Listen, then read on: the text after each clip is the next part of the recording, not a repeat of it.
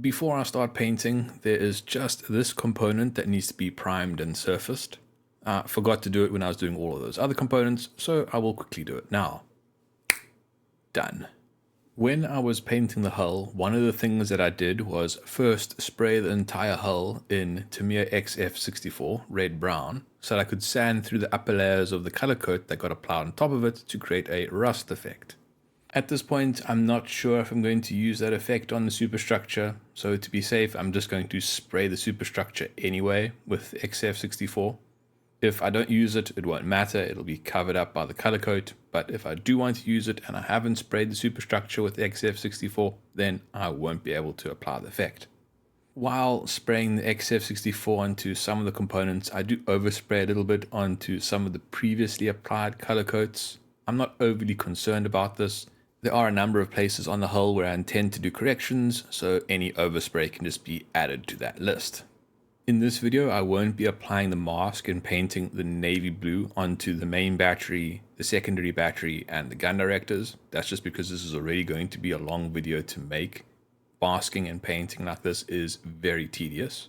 However, with the XF64 and the first layer of the color coat, which is the light gray, since it is painted over the entirety of all these components, I will paint those coats onto the main armament, secondary armament, and gun directors. After the XF64 undercoat has dried, then proceed to paint the first layer of the color coat. This is Mr. Color number 308. The painting of this coat is much the same as the painting of the XF64. It is simply sprayed over the entirety of the components. Once again, on the hull areas, there's a little bit of overspray, but I am not concerned about that because, as I said, there are various corrections that need to be made to the hull anyway. Once all of the components have been covered with the light gray, they are set aside to dry for a day.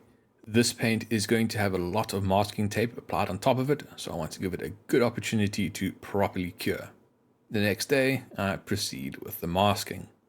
To as accurately as possible transfer the camouflage pattern onto the model, I have taken a scan of the painting guide and enlarged it to 1:1 scale with the model. Once printed out and taped together to create a single contiguous picture, I place clear box tape over the camouflage pattern on the enlarged painting guide. The purpose of this box tape is to provide a smooth surface that I can temporarily stick masking tape to, trace out the pattern underneath, and then remove and transfer onto the model. Since it can be quite difficult to see the pattern through the masking tape, I place the painting guide on top of a piece of perspex, which is a bit translucent, and then hold it up and backlight it. With it backlit, I can clearly see the camouflage pattern through the masking tape and trace it out. Once the camouflage pattern is traced out, I remove it from the masking guide and transfer it to a cutting mat where I cut it out with a sharp hobby knife. Once the mask is cut out, it is removed from the cutting mat and transferred to the model. One problem that will be encountered is that the painting guide is a two-dimensional object and it's being transferred onto a three-dimensional model. That means that as the masking tape bends around corners, it will be distorted. This means that applying the masks will be an iterative process. The first piece of masking tape that is applied will likely be distorted, so after applying it, I will cut another piece to adjust it as necessary and build up the pattern over time. I think this very iterative nature and quite tedious nature is why a lot of people just hand paint on Disruptive Camouflage. At least if you hand paint on the boundary, you can get a fairly good representation and then airbrush the center to have a good finish. For me though, I don't mind the tedious work, so I will quite happily slowly mask off the entire superstructure before spraying it. Also, if you do it this way, you can have that satisfying moment where you remove the masking tape and reveal the camouflage pattern. Anyway, this painting process continues deck by deck, slowly working my way up. You can also see that while I'm doing it, why it was important to not glue these components together. If I was going to try and apply masking tape to a fully assembled superstructure, this would be considerably more difficult. The downside of painting and then assembling is that when I do assemble, I am going to damage areas of the paintwork, which will then have to be corrected. But my thinking is that the odd line here and there that needs to be sanded and repainted with a little bit of touch up to the edge of the camouflage pattern is considerably easier and will result in a better look than if I were to assemble first and then paint. Typically, I'd like to keep the superstructure disconnected from the hull as long as possible, but that can only work if you have a constant disconnect from the superstructure to the hull. For the USS Alabama, that is in fact the case. You can see there is at least some deck around the entirety of the first level of the superstructure. Unfortunately though, the first level of the superstructure is molded into the deck, which means I have to install the first level with the hull. From that point upwards, there's always a connection between the bulkheads on the deck below to the deck above it. This means that it looks like I'm going to have to assemble the entire superstructure on the hull before I can start the weathering process. So that's just something to look out for in the future. After painting, the next thing I want to do is start gluing things together and then correcting the seam lines where I've glued things together. After a lot of back and forth, cutting out a mask, applying it, adjusting it, recutting it, not being happy with the shape of the mask and cutting a new one, adjusting it on the model, and slowly doing this level by level to ensure that everything aligns correctly, I finally finish masking the superstructure. The superstructure is now ready for its navy blue.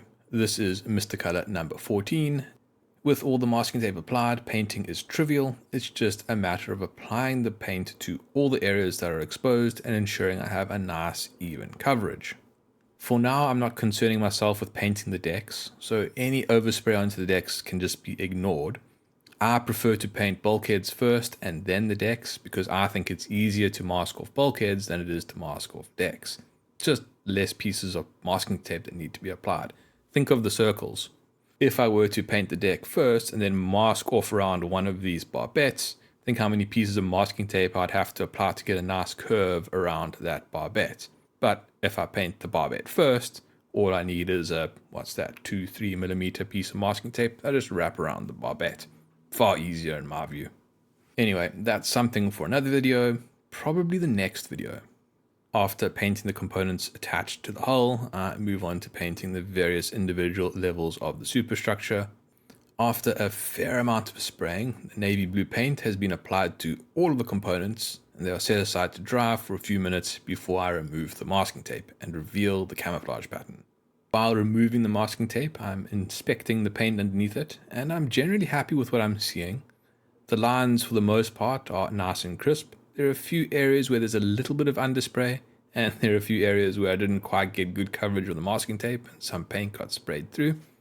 As far as spraying of masking tape goes, especially with a complex pattern like this is about as good as it gets, so I can only be happy with that.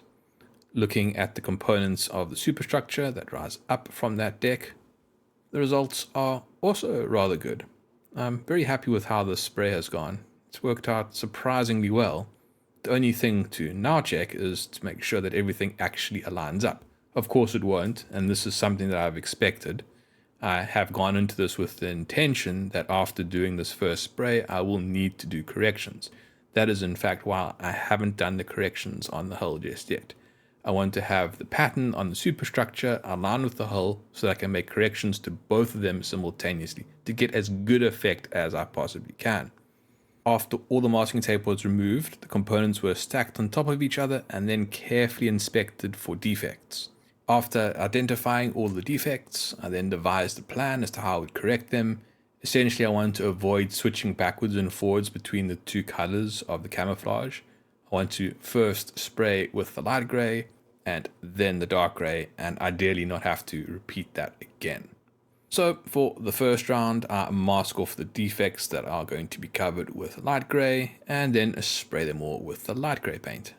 As I correct the defect, I carefully remove the masking tape from that area to ensure that the correction has been successful and that I haven't done any other damage to that area. For the most part, this all goes very well and I'm happy with the results. In some of the areas where there are curved lines that got a little bit rough, instead of trying to remask that with a piece of masking tape that is cut off of that plan, I decided to rather do some freehand masking with flexible masking tape. That is this thin masking tape that you can see. It's just a useful masking tape for creating smooth curves, which is appropriate for some of these camouflage patterns. That flexible masking tape was particularly useful on the hull, where I'm trying to match it up quite closely to the existing pattern that I had previously painted. I don't want to repaint the entire hull. So if I can get a nice clean line that runs up at the edge of that navy blue with the light gray, then I don't have to repaint that area of the camouflage. During the process of identifying defects on the superstructure, I also looked at how the pattern on the superstructure aligns with the pattern on the hull. When I painted the pattern on the hull, I didn't have the benefit of the superstructure being constructed, so I wasn't able to very precisely position the camouflage pattern.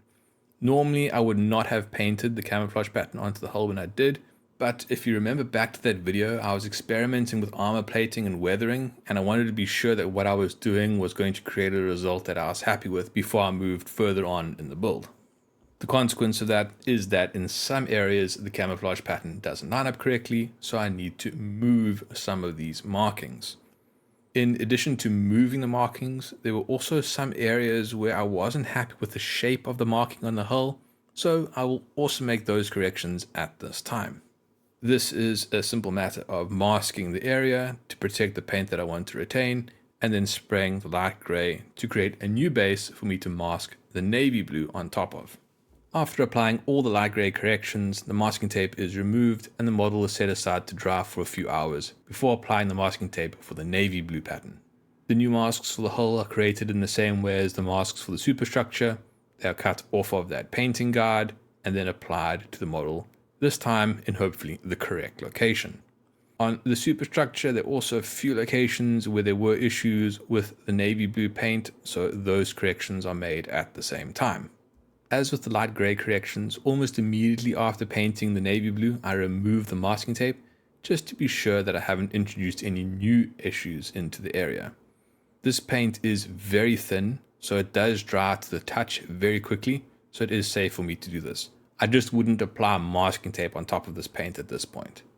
During one of my checks between what was actually painted and the painting guide, I discovered that there was an entire section of light gray that I managed to miss, so I need to mask that off and then paint it. Also, after painting some of this navy blue, I found that there were areas where I wasn't quite happy with the light gray that was left behind. So once again, more areas are masked off and I do yet more corrections with the light gray. As I said earlier in the video, this is an iterative process and it is tedious. This is certainly not the only way to paint a camouflage pattern onto a model ship, but I think it gives a very good result. It's up to you to decide whether it is worth the effort.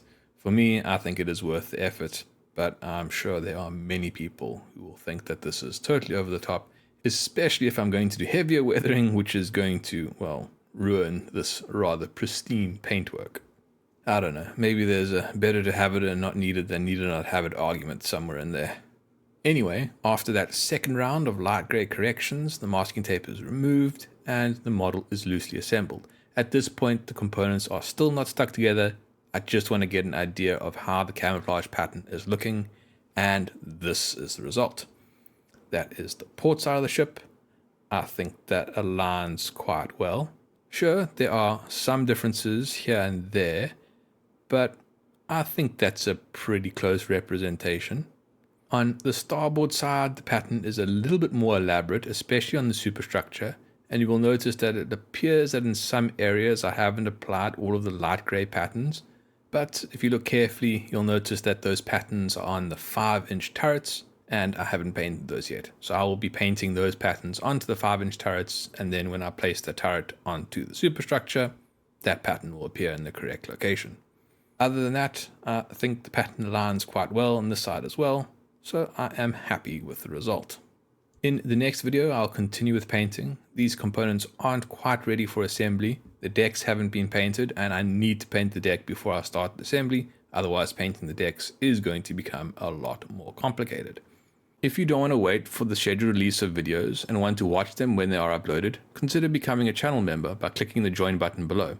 If you would like to support the channel, like and subscribe. And as always, questions are welcome in the comments. Thank you for watching. Cheers.